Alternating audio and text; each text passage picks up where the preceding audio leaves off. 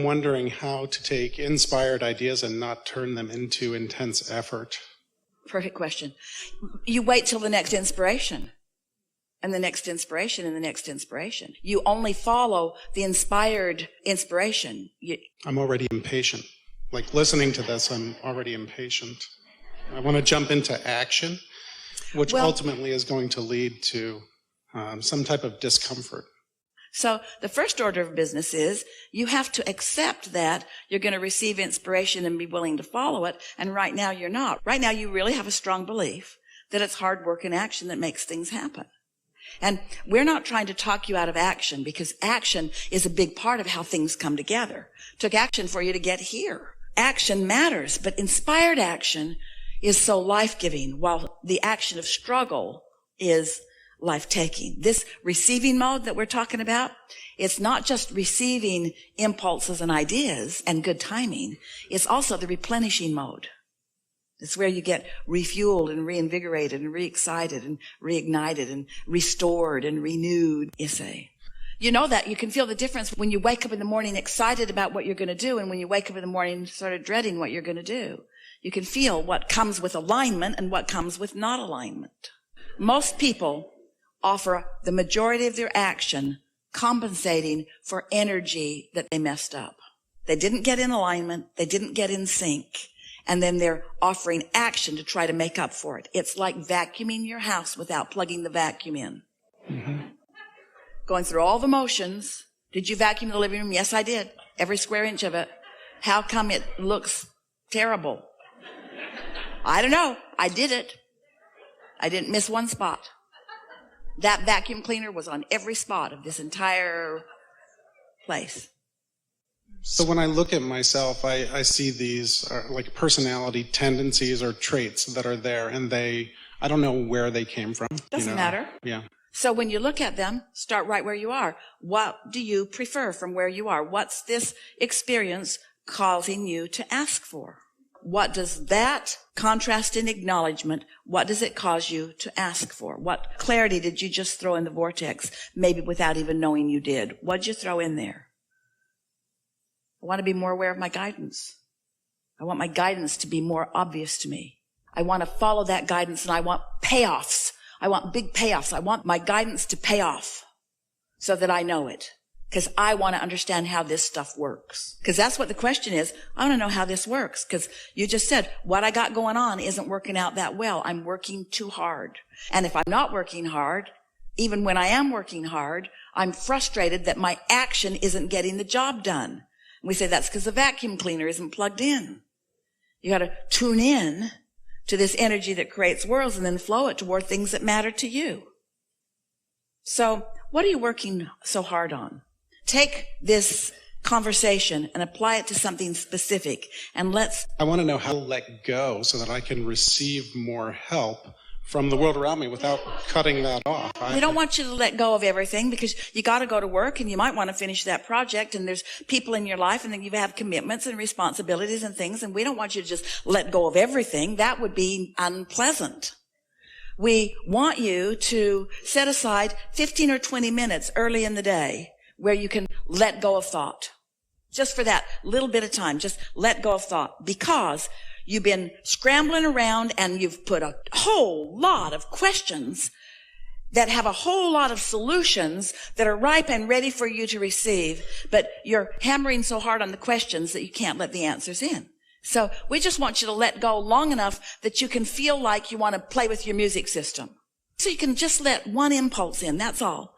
We don't want all the answers to all your questions to come at once. You'd want to kill yourself. If everything that you've been asking for, all of a sudden the universe said, he's ready, dump it. You couldn't even function in that kind of an information download. You'd go hide under your bed and you wouldn't come out for a long, long time if that kind of information came to you at all at once. You don't want it like that. So you don't really even know where to start. That's what happened with our friend before. She didn't really know where to start. But your inner being knows where to start, because your inner being knows what your resistances are and what the path of least resistance is. And so that's why we speak to you as we do in these gatherings, because we know too. We know that the starting place is you're more than you know. The starting place is you're more than you know, and the other part of you is aware of you and listening all the time. You're more than you know, and the larger part of you is aware of you and listening all the time. And the way you feel is your indication of the harmony or discord between those thoughts. We're starting at the very core basics of where you are. You see what we're getting at? And as you begin to accept that, this is why I feel the way I do, and that my inner being really is upstream for me and really does know what my path of least resistance is. And most of all, my inner being loves me and is rooting for me, not against me. My inner being is wanting to help me to become all that I have vibrationally already become because of the life that I've lived. So now you feel clearer. So of all the things in your life right now, we'll just ask you some questions for clarity. Which feels like what you'd like to talk with us right now? What is the next direction to go in my job, in my career? Now hear this, just stay with us. So your inner being isn't going to tell you, even if you're tuned in, what the next direction is. Your inner being's going to tell you what this direction is. Hear this, because your inner being knows that you can't go to a job that you really love from a job that you really hate. So the next direction to go to where you really want to go is to settle in more satisfaction with where you are. Ooh. Now that feels counterintuitive to a human mind, because a human mind says, Abraham, I told you I don't want to stay here. Why would I do positive aspects about here? Why would I try to line up with right here? Because you can't get to where you want to be from dissatisfaction. You've got to find satisfaction where you are, which will lead you to the next and the next and the next. You hear it? Most important thing we've ever said to anyone ever. So now your question has modified a little bit, hasn't it? But if you were already of the mindset that you just feel and listen, and the impulse that came to you during meditation was to make a list of positive aspects about your current work, and you were so tuned into your inner being that you were really on the same wavelength as your inner being, what kind of download do you think you might receive from your inner being? What if you got a download that says, hire somebody to schedule for you? Would you run with that thought, or would you resist it in protest? It's really interesting, and what you've been witnessing here with 2 or 3 people that we've been talking to is that even when you receive direct answers, you can't hear them and you feel resistance coming up. So what we're getting at is you've got to get yourself into a place where you can hear. The theme of this seminar could be, I can't get there from here. I can't get there from here. Well, of course, that's ridiculous. You can get anywhere from anywhere. But given my current vibration, I can't get to where I want to be, because my current vibration is blocking information that will help me to get to where I want to be. So that's why it's so fascinating. It's a wonderful thing to come together with a body of people like you and to have some conversations where your questions are in earnest and you cannot hear the answers. And it's because you said it, I'm impatient. You want the answer to unfold in a way that you can see it and hear it and smell it and taste it and touch it. You want a condition to suddenly change, and you observe it so that you can feel a positive response to your observation. That's what conditional life is. That's what almost everybody is doing. And we say that's not going to work.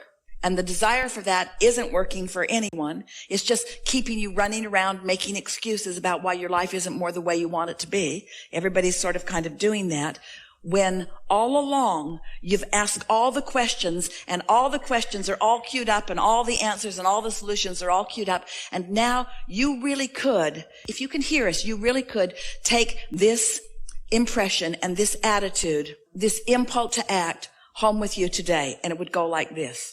Everything that life has caused me to ask for is known, and it's already answered. And it's a simple process for me to begin receiving specific impulses that will lead me to the full-blown satisfaction of all of these quests. I'm not going to receive it all at once, but I can begin immediately receiving some of the first impulses. And as those first impulses come right away, they will prove themselves to me that they have come from broader perspective and that this is right action for me to take. I don't need to know all of the action that I will take because I only have the power of now to perform it. I can't perform all of the actions now. I can't go to all of the places that I'll be guided to now. I can only go to the next place that I'm guided to, and then the next, and then the next, and then the next. And that's enough. Because in my now, there is a convergence of the source me and the physical me. And as I meditate and get into that receptive mode and receive an impulse and follow it, then the next will come and the next will come and the next will come, and my impatience will go away, and I will find myself living happily ever after as it just keeps unfolding and becoming richer and richer until you'll reach the place that your receptive mode moment can encompass many things at once. So you'll get an impulse to follow through on something, and several things will satisfy you all at one time. A few flights ago, Esther was on an airplane with a man. He said he was in his 30s, and he was interesting in lots of ways. He had a rather loud voice, and Esther wasn't sure at first if she wanted to have a conversation with him because he only had volume really, really loud. But as they began talking, she found him to be a philosopher and also a scientist and a mathematician and an eager student of life. And so she just let him talk, and then she'd throw in something that she had learned from Abraham that she knew was solid and accurate and at the basis of what he was saying. And he then would stop talking for a moment, and he would close his eyes for a minute, and then he would say, "That's right, and here's why." And then he would give Esther a scientific, mathematical description of why it was right. And then he said, "We should get together more often." Turns out they live in the same town. "We should get together more often because you've caused me to think thoughts I've never thought before that are right." Well, how do you think that came about? And who do you think it benefited? Both of them. And Esther walked away from that, and this is the feeling that she had, this profound feeling that she had. This 2 hours on this flight answered so much that was in my vortex all at once. They had conversations that Esther could not have looked that stuff up. She could not have found the reasoning behind that. It was like sitting next to Einstein, who was willing to talk on her level about things that she already knows. She just doesn't know why. "That's right," he said, "and here's why." Oh, can you imagine the satisfaction factor that Esther was feeling through all of that? And that's what we're saying to you. There are those pockets of what you want. Imagine meeting someone, looking for a mate, and then meeting someone who not only is in love with you, but is interested in so many things that you're interested in. You would say, "Jackpot."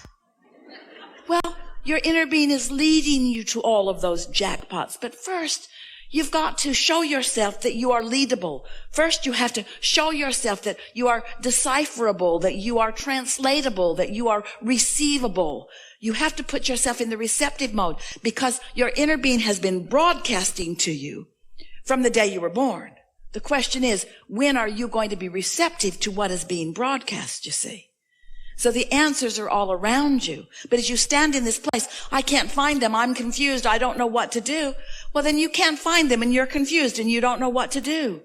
But when your attitude is, "I can meditate and I can quiet my mind and I can feel good in meditation and I can get an impulse and I can know an impulse that feels great and an impulse that feels blah," you know how to do this. This is not difficult. But first you have to allow yourself to know that it's all right for you to feel good, and that feeling good is the path to all of it.